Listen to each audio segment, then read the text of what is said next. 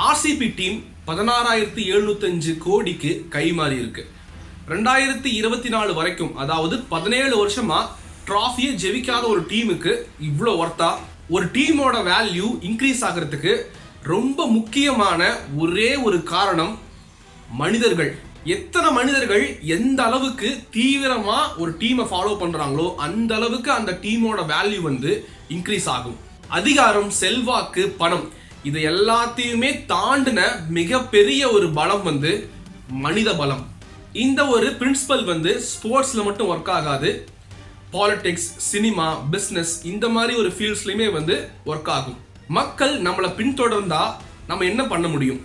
நாம அவங்களால பணம் சம்பாதிக்க முடியும், புகழடைய முடியும். நாம என்ன நினைக்கிறோமோ அதை மக்கள் மனசுல செலுத்தி நாம நினைக்கிற மாதிரி அவங்கள முடிவெடுக்க வைக்க முடியும். நம்மளுடைய ஒவ்வொரு அசைவும் இந்த உலகத்துல ஒரு பேசு பொருளா மாறும். இது எல்லாமே அந்த பிரபலமான மனுஷங்க மக்களுடைய நல்லதுக்கு பண்றாங்களா அல்லது கெட்டதுக்கு பண்றாங்களா அப்படிங்கிறது பொதுமக்களாகிய நாம யாரை ஃபாலோ பண்றோம் அப்படிங்கிறத பொறுத்தது.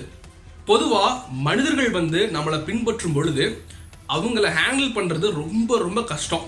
நம்மளுடைய ஒரு சின்ன சிரிப்பு கூட நம்மளுடைய இமேஜை நல்லதாவோ கெட்டதாவோ இந்த ஒரு சமுதாயத்துல மாத்திரும்.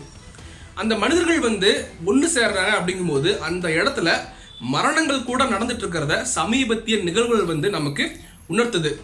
அதனால ஒரு தனி நபரையோ அல்லது ஒரு கட்சியையோ அல்லது ஒரு நிறுவனத்தையோ அல்லது ஒரு கடவுளையோ மதத்தையோ நாம பார்த்தோம்னா ஒரு குறை சொல்லாம பொதுமக்களாகிய நாம தான் ஒரு தனி நபருக்கு நாம ஒரு ஃபேனா இருக்கும், ஒரு பொலிட்டிக்கல் பார்ட்டியோட மெம்பரா இருக்கும், ஒரு நிறுவனத்தோட ஒரு கஸ்டமரா இருக்கும்.